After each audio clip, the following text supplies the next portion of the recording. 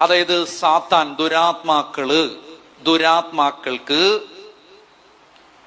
അവർക്ക് ശരീരമില്ല. Evil സ്പിരിറ്റ്സിന് ശരീരമില്ല, fallen ഏഞ്ചലിന് ശരീരമില്ല.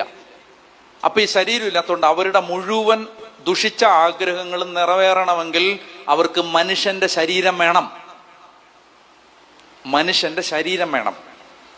അപ്പൊ നമ്മൾ ഇത്തരം പാപങ്ങള് മാസ്റ്റർബേഷൻ ചെയ്യുമ്പോൾ ഏതോ ഒരു അരൂപിയുടെ സാറ്റിസ്ഫാക്ഷന് നമ്മുടെ ശരീരം വിട്ടുകൊടുക്കപ്പെടുകയാണ് ഒന്നാമത്തെ കാര്യം.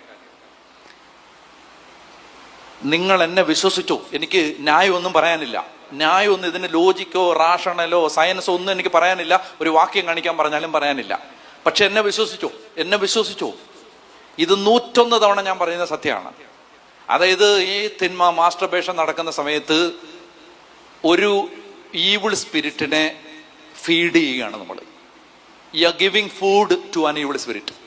All these liquids generated from the flesh becomes the food of an evil spirit.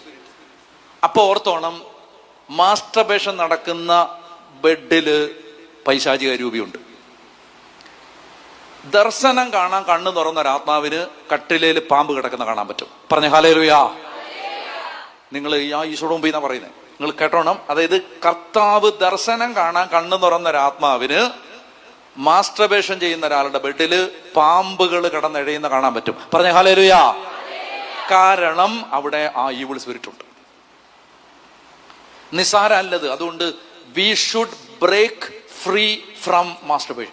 ആ സാധനം നമ്മുടെ പരിസരത്ത് പോലും വരാൻ പാടില്ല. അതെന്നറിയോ, അത് അത്ര ഇത് നിങ്ങൾ കുടുംബജീവിതം നയിക്കുന്നവരുടെ ഇതുണ്ട്, ചെറുപ്പക്കാരുടെ ഇടയിലുണ്ട്. എൻ്റെ പൊന്നു മക്കളെ, ഇന്ന് ലാസ്റ്റ് ദിവസമാണ്.